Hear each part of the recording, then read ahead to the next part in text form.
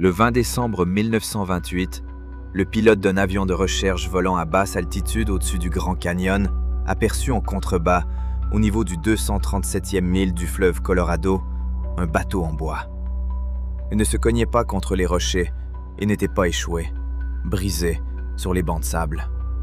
Elle reposait paisiblement sur l'eau calme, accrochée à la rive, intacte, entière, chargée, comme si ses propriétaires venaient d'accoster une minute auparavant et allaient revenir d'un instant à l'autre.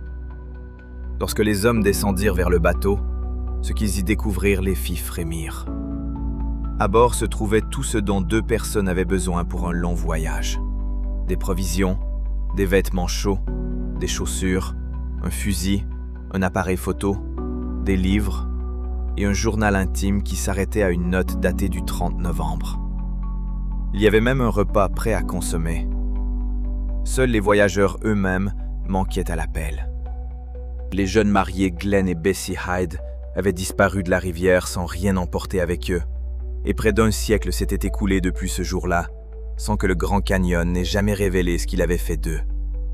Au moment où le bateau fut retrouvé, les journaux parlaient déjà depuis plusieurs semaines de la disparition des jeunes mariés, et la découverte de l'embarcation vide transforma cette brève, reléguée aux dernières pages, en un véritable scoop national.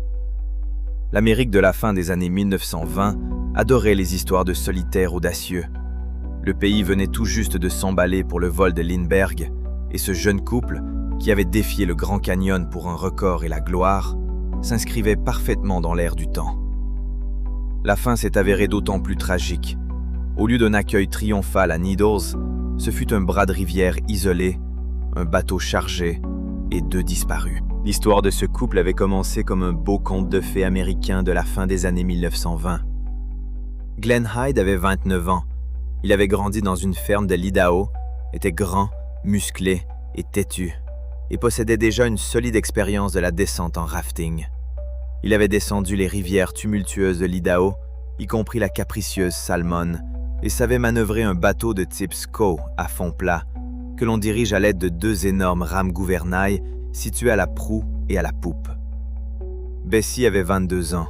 Petite, mesurant à peine 5 pieds et pesant 90 livres, elle écrivait des poèmes, dessinait, faisait des études et était d'une toute autre trempe, citadine et artistique. Ils s'étaient rencontrés sur un bateau à vapeur en route pour Los Angeles, étaient tombés éperdument amoureux et au printemps 1928, s'étaient mariés dès que Bessie avait obtenu le divorce de son premier mari, qu'elle avait épousé très jeune et avec lequel elle n'avait pas vraiment vécu plus d'1 an.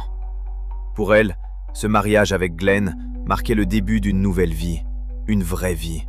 Et elle ne partait pas en voyage en tant que simple passagère aux côtés de son mari. Selon le plan, elle devait effectuer la moitié du trajet à ses côtés, à la 2e barre. Pour leur lune de miel, Glenn ne proposa pas une station balnéaire, mais quelque chose que personne n'avait jamais fait avant eux. Le projet était fou.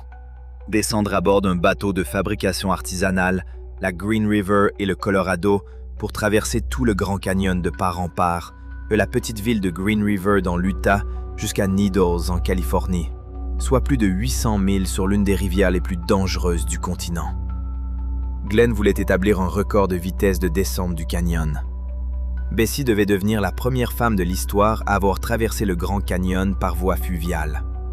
Il comptait revenir célèbre, des conférences, des articles de journaux, peut-être même un livre. Le 20 octobre 1928, leur skiff, une embarcation en bois de 20 pieds de long au bord haut que Glenn avait lui-même construite, quitta la Green River. Il n'y avait pas de gilet de sauvetage à bord. Glenn est jugé superflu. Il convient d'expliquer ce qu'était le Colorado en 1928, car les touristes d'aujourd'hui descendent un tout autre fleuve. Le barrage en amont du canyon n'existait pas encore, et la rivière était sauvage, trouble à cause de la vase rouge, imprévisible quant à son niveau, avec une eau glaciale de décembre et des rapides dont le caractère variait d'une crue à l'autre. À cette époque, moins d'une 50aine de personnes avaient traversé le Grand Canyon de part en part depuis sa découverte, et la rivière avait déjà fait son lot de morts et de disparus. Le SCO à bord duquel voyageaient les Haida était un bateau de travail et non un bateau de plaisance.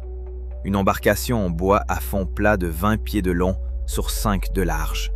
que l'on manœuvrait non pas assis avec des rames sur les côtés, mais debout, à l'aide de longues rames de gouvernail situées à la proue et à la poupe. Sur les rivières de l'Idaho, on transportait des marchandises avec ce genre d'embarcation, et Glenn faisait une confiance aveugle à son bateau. Les bateliers expérimentés, en voyant cette construction, secouaient la tête. Sur les rapides du Colorado, il est presque impossible de maintenir un SCO à flot si l'eau décide de le faire basculer sur le flanc. Et rien ne sauvera un homme tombé dans la rivière en décembre sans gilet de sauvetage. Ils surmontèrent les 1000 premières difficultés avec une dignité surprenante. Le skiff plongeait à travers des rapides qui avaient fait chavirer des expéditions bien plus expérimentées.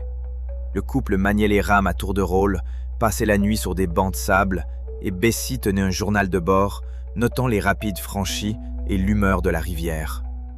À la mi-novembre, ils atteignirent le milieu du canyon et remontèrent le sentier de Bright Angel jusqu'au bord sud, à la recherche de provisions et de nouvelles. Là-haut, ils passèrent quelques jours parmi les gens, et ces journées ont fourni à l'histoire presque tous ses détails essentiels. Au bord du canyon vivaient les frères Kolb, Emery et Ellsworth, de célèbres photographes qui immortalisaient la rivière et les touristes. Les Haida se rendirent dans leur studio et Emery Kolb, qui connaissait bien le Colorado, prit les dernières photos connues du couple. Glenn, calme et sûr de lui, et Bessie, mince, vêtue de vêtements amples, arborant un sourire fatigué. Kolb les questionna avec insistance au sujet des gilets de sauvetage et tenta de les convaincre d'en prendre, ce à quoi Glenn se contenta de sourire en répondant qu'il n'en avait pas besoin. Puis eut lieu une conversation qui, pendant des décennies, fut racontée comme un mauvais présage. La fille d'Emery, la jeune Edith, sortit pour accompagner les invités, chaussée de jolies petites chaussures, et Bessie, en les regardant, murmura « Je me demande si je porterai encore un jour de jolies chaussures. » Sur ces mots, elle descendit vers la rivière, pour toujours. Il y eut un autre témoin, dont on parle plus rarement. Sur le tronçon accidenté entre le sentier et le seuil de l'ermite, un jeune homme du nom de Soutreau, qui avait demandé à faire un tour, rejoignit Ermite et les Haida. Il débarqua près de l'ermite, prit quelques photos du bateau et du couple, et raconta plus tard que l'atmosphère à bord lui avait semblé pesante. Bessie semblait épuisée et abattue, et n'avait manifestement pas envie de remonter à bord, tandis que Glenn était obsédé par le planning et le record et ne voulait pas entendre parler d'interrompre la descente. Si l'on en croit Soutreau, Bessie a parcouru la dernière partie du trajet à contre-cœur, presque de force. Le 18 novembre, le skiff a franchi le seuil du Ermite et personne n'a plus revu les Hyde. Début décembre, le couple devait arriver à Needles, où les attendait le père de Glenn, Rollin Hyde. Une semaine s'écoula, puis une autre. Le père donna l'alerte, une opération de recherche sans précédent pour l'année 1928 fut lancée. Rollin Hyde était un homme tenace, de ces fermiers qui n'abandonnent jamais. Il a littéralement mobilisé la moitié de l'Ouest. Il a envoyé des télégrammes au gouverneur, obtenu l'envoi d'un avion de l'armée depuis une base militaire, engagé des guides et exigé que chaque mâle soit passé au peigne fin. Des équipes terrestres se mirent en route le long de la rivière, des bateaux descendirent le courant, et parmi ceux qui se rendirent vers le SCO retrouvé en empruntant les sentiers gelés, se trouvaient les frères Kolb, les derniers à avoir vu le couple vivant. Les 19 et 20 décembre, l'avion repéra le SCO sur des eaux calmes au niveau du 237e mille. Les personnes qui se sont rendues jusqu'au canot, parmi lesquelles se trouvait Emery Kolb, ont découvert cette scène qui hante encore aujourd'hui cette affaire. Le canot flottait et était en parfait état. La cargaison était là, la nourriture était là, les vêtements et les chaussures étaient là, l'appareil photo avec la pellicule exposée était là. Le journal de Bessie s'arrêtait le 30 novembre, un jour ou deux avant que le bateau ne soit, semble-t-il, abandonné. Les dernières notes étaient de simples notes de voyage, sans le moindre indice de malheur. La pellicule développée montrait des vues ordinaires du canyon. La dernière image avait été prise depuis l'eau, en aval de Diamond Creek. Ni corps, ni traces sur les berges, ni signe de naufrage. Les personnes avaient tout simplement disparu du bateau. Il y a dans la cargaison retrouvée un détail sur lequel butent tous ceux qui tentent de se représenter ce qui s'est passé. Parmi les autres objets, des chaussures sont restées dans le bateau. Les siennes et les siennes. En décembre, dans un canyon glacial, on ne descend pas du bateau pieds nus de son plein gré. Or, si le couple avait accosté et s'était éloigné de la rivière, les chaussures seraient parties avec eux. La présence de chaussures dans le bateau signifie qu'ils ne sont pas sortis de l'embarcation, que la rivière les a emportés directement depuis le bord, tous les deux en même temps ou l'un après l'autre. Mais alors, le silence des berges est d'autant plus étrange. En aval, on n'a trouvé aucun objet rejeté par l'eau, alors qu'un bateau chargé avait franchi les rapides et était arrivé à bon port, et que 2 corps légers, selon toutes les lois de la rivière, auraient dû refaire surface quelque part. La version officielle était assez simple. Un peu en amont de l'endroit où l'on a retrouvé le skiff, se trouve un rapide dangereux au niveau du 232e mille, étroit et formant une puissante vague oblique. L'enquête a supposé que le bateau avait été secoué sur le seuil, qu'un des époux avait été projeté par-dessus bord, que le second avait sauté ou s'était précipité à sa suite, et que le Colorado glacial de décembre les avait emportés tous les deux, tandis que le skiff vide avait tranquillement rejoint les eaux calmes et accosté de lui-même. Sans gilet de sauvetage, on ne survit pas dans une telle eau. Tout concorde, sauf un détail. La rivière qui, d'après l'expérience, rend tôt ou tard les corps des noyés, n'a pas restitué, en près d'1 siècle, le moindre os, ni une botte, ni une boucle de ceinture. Rollin Hyde n'a jamais cru à la mort de son fils et de sa belle-fille et les a recherchés pendant des années. Il a dépensé tout son argent dans ses recherches, a engagé des guides et descendu lui-même dans le canyon, a publié des annonces offrant une récompense et, jusqu'à la fin de ses jours, a sursauté à chaque lettre, espérant une nouvelle. À un moment donné, il s'est sérieusement accroché à l'idée que les jeunes gens s'étaient échappés du canyon et vivaient quelque part dans la clandestinité, honteux de l'échec de leur projet. Il a demandé aux journaux de publier un appel à son fils, en promettant qu'ils seraient les bienvenus chez eux, quoi qu'il arrive. Aucune nouvelle n'est parvenue. Les parents de Bessie, quant à eux, avaient discrètement enterré leur espoir à leur manière, et une fracture sourde et tacite subsistait au sein des 2 familles. Chacune se demandait secrètement si ce n'était pas son enfant qui avait causé la mort de l'autre.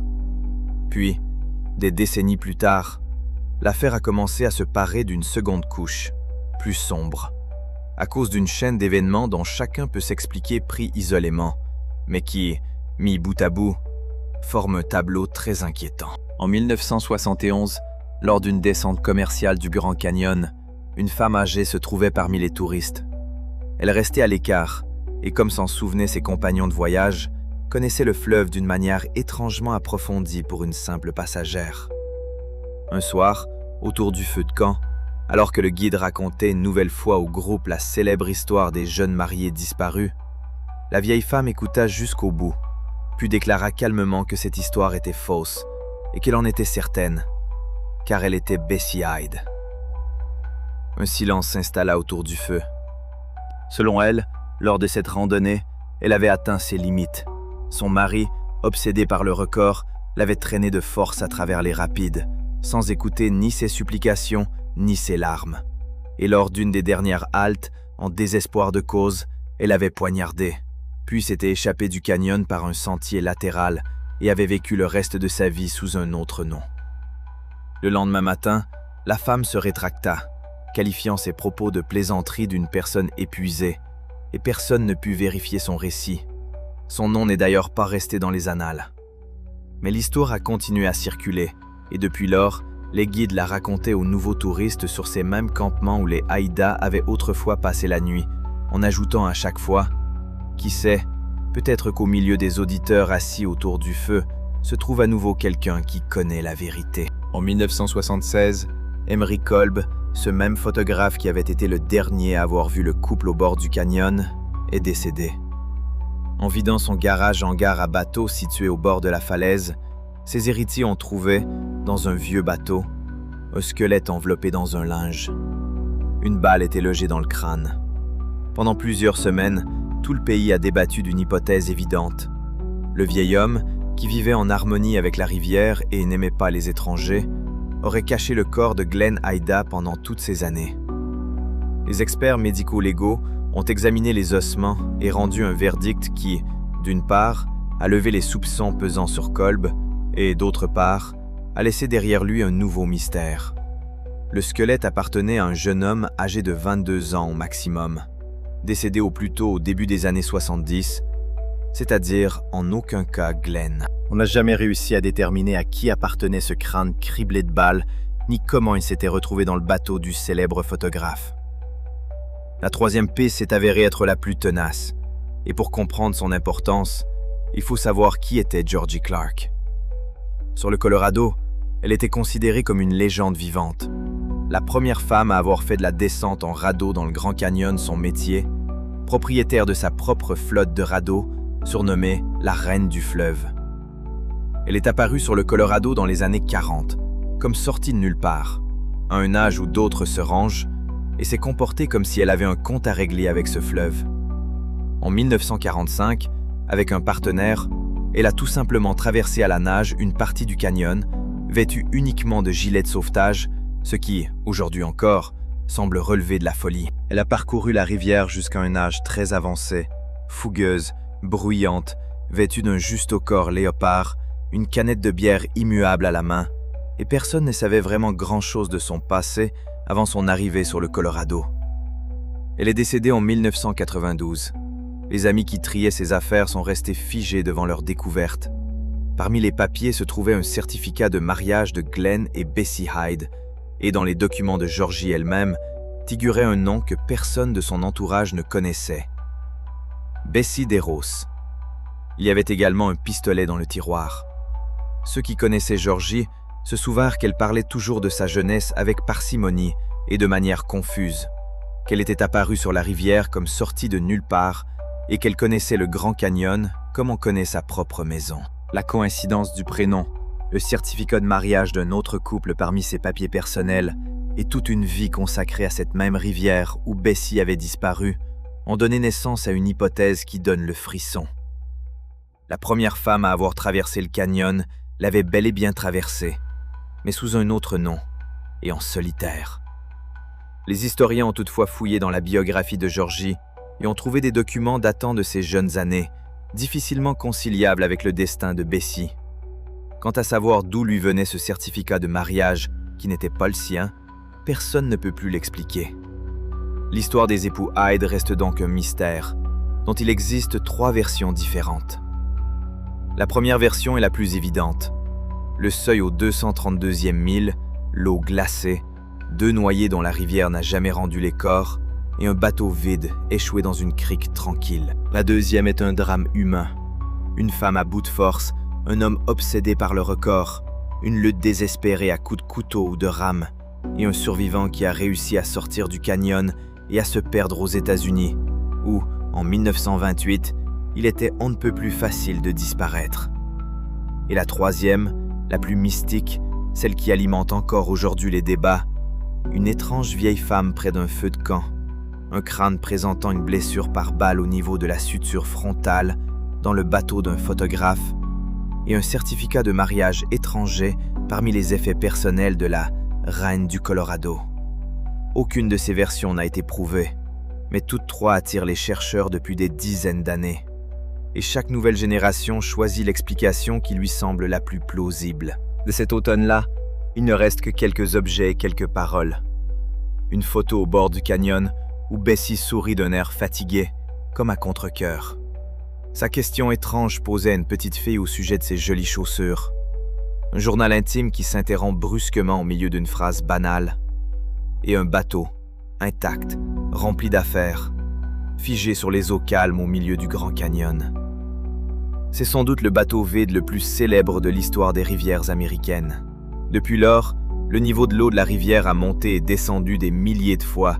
Des millions de touristes l'ont parcouru et les guides de l'un des campements racontent encore aujourd'hui cette histoire autour d'un feu de camp. On dit qu'elle se raconte mieux dans l'obscurité, au son de ce même seuil, lorsque les gens scrutent involontairement l'eau, comme si, au détour d'un virage, un bateau en bois de 20 pieds, chargé et pourtant complètement vide, allait surgir d'un instant à l'autre.